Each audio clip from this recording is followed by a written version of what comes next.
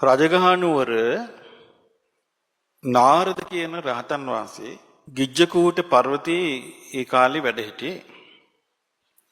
උන්වහන්සේ පාන්දර ජාමේ පල්ලෙහාට වැඩලා මේ පිණ්ඩපාතේ වඩින්න මගේ අද්දී පාරේ අයිනි තමයි මේ පෙරේතයා හිටියේ. මේ පෙරේතයා දැන් අපි නම් රැවටෙනවා දේවතාවෙක් කියලා. දන්නේ නැති නිසා. මොකද්ද ශාරීරියෙන් රැස් වී දෙනවා. පෙරේතෙක්.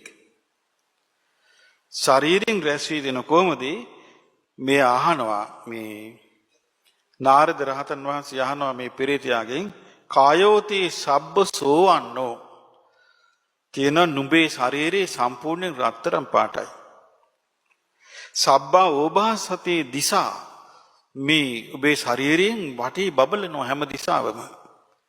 එතකොට දැන් වෙන කෙනෙක් හිතන්නේ කොහොමද? දේවතාවෙක් කියලා නේ. නමුත් ඒ අපිට පේන්නේ ਬਾගෙටනේ ඔන්න එළියක් පේනවා. ඔන්න අපි දේවතා එළියක් කියනවා. දැන් කාලේ බලන්න අපි කොච්චර අඥානද කියලා. මේ කාලේ යාන්තම් සුදට දැක්කොත් දෙවියෙක් කියනවා. ඔය සුදට ඇවිල්ලා පොඩ්ඩක් රැස් වී දිනොත් දෙවියෙක් කියනවා. යාන්තම් ඔය කැමරාවක බලියක් පෙවුනොත් දේවතා එළියක් කියනවා. ඒ කියන්නේ මේ කාලේ හරිය අඥානයි මිනිස්සයා. මේක කියනවා කායෝති සබ්බ සෝවන්නෝ නුඹගේ ශරීරයේ සම්පූර්ණ රන්වන් පාටයි. සබ්බා ඕභාසති දිසා හැම දිසාම බබලන මේ ශරීරය. ඊට පස්සේ අහනවා මුකන්ති සූකරස් වෙනමුත් මේ කට ඌරෙක් වගේ නෝයි. ඌර මූණක් නේ. එතකොට ඇඟ රන්වන් පාටින් බබලනවා මූණ ඌරු මූණ. දැන් ওই නවග්‍රහයන්ගේ තියෙන ඇඟ මිනිස්සුන්ග නයි ඔළුව පෙරේතෙක්. රාහු කියලා මේ රූපයක් හදාගෙන තියෙන ප්‍රේතෙක්. එතකොට මේ තෙරුවන් සරණ ගිහපේ ප්‍රේතව වැඳ ඉන්නවා මේ කාලේ. එතකොට දැන් ඔය අපි කියන්නේ ශූන්‍යන් විමාන ප්‍රේතෙක්. එයාට සති දෙකක් කටින් සර්පය වෙනවා. ඒ සර්පය හපහප දුවනවා. සති දෙකක් දේවතාවක්. විමාන ප්‍රේතෙක්. මිනිස්සු වඳිනවා. අනික ප්‍රේතෙකුත් මිනිස්සුෙකුට බැල්මෙලුවම අතාරින්නේ නැහැ. එයා තමන්ගේ අතේ තියාගන්නවා. මුකන්තේ සූකරස්සය කියනොත් ඔහෙගේ මූණ ඌරෙකුගේ වගේ නෙවෙයි. කිංකම්ම මකරීපුරේ කලින් ආත්ම මොකද්ද කළේ කියලා. ඊට පස්සේ කියනවා යා ඒ පෙරේතයා කියනවා කායේන සංයතෝ වාසින් අනේ මං කයින්නම් සිල්පද රැක්කා. පැවිද්දෙක්. කයින්නම් සිල්පද රැක්කා. වාචා යාසින් අසඤ්ඤතු නමුත් මං වචනේ සංවර කරගත්තේ නෑ. තේනමේ තාදිසෝ වන්නෝ ඒකයි මට මෙහෙම වුනේ. යතා පස්සසි නාරදයන් වහන්සේ දැන් තමුන්නාසි දැක්කනේ. ඊට පස්සේ කියනවා තන්තාහන් නාරද බ්‍රූමි. ඒ නිසා නාරදයන් වහන්සේ මම මේ කියන්නේ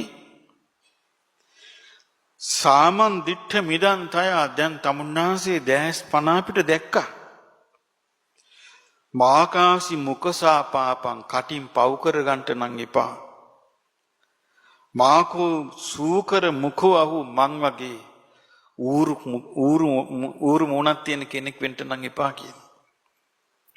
ඊට පස්සේ මේ නාරද රහතන් වහන්සේ බුදුරජාණන් වහන්සේට ගිහින් මේ කාරණේ සැලකරනවා. සැලකරාට පස්සේ භාග්‍යතුන් වහන්සේ වදාලා නාරදේ ඔය භික්ෂුව මා දැක්කා. ඔය ශ්‍රමණ ප්‍රේතෙක්. ඔය ශ්‍රමණ ප්‍රේතයාව මන් දැක්කා.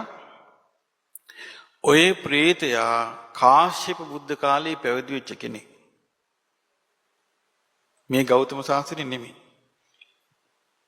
කාශ්‍යප බුද්ධ කාලේ පැවිදි වෙච්ච කෙනෙක්. හැබැයි මේ පුද්ගලයා සිල් රැක්කා. සිල්වතුන්ට ගුණතුන්ට හරියට අපහාස කළා. කටින් හරියට අපහාස කළා. ඊට පස්සේ මේ පුද්ගලයා මැරිලා ගිහින් නිරේ උපන්නා.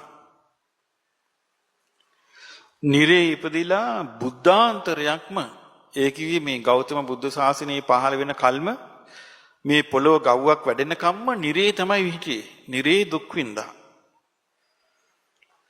ඊට පස්සේ තමයි ඔය ඇවිල්ලා තියෙන්නේ പ്രേත යෝනියට කිව්වා. අර සිල් ආරක්ෂා කරපු පිණින් ඇඟ දිලිසෙනවා කිව්වා. ඕරුකට. ඕම් බලන්න මේ එතකොට මේ പ്രേතයින්ට പ്രേතයින්ගේ ස්වභාවය ඊළඟට ඒ දෙවෙනි ප්‍රේත කතාව. මොකක්ද ඒ ඌරු මූණක් තියෙන රංගොන් එකක් තියෙන.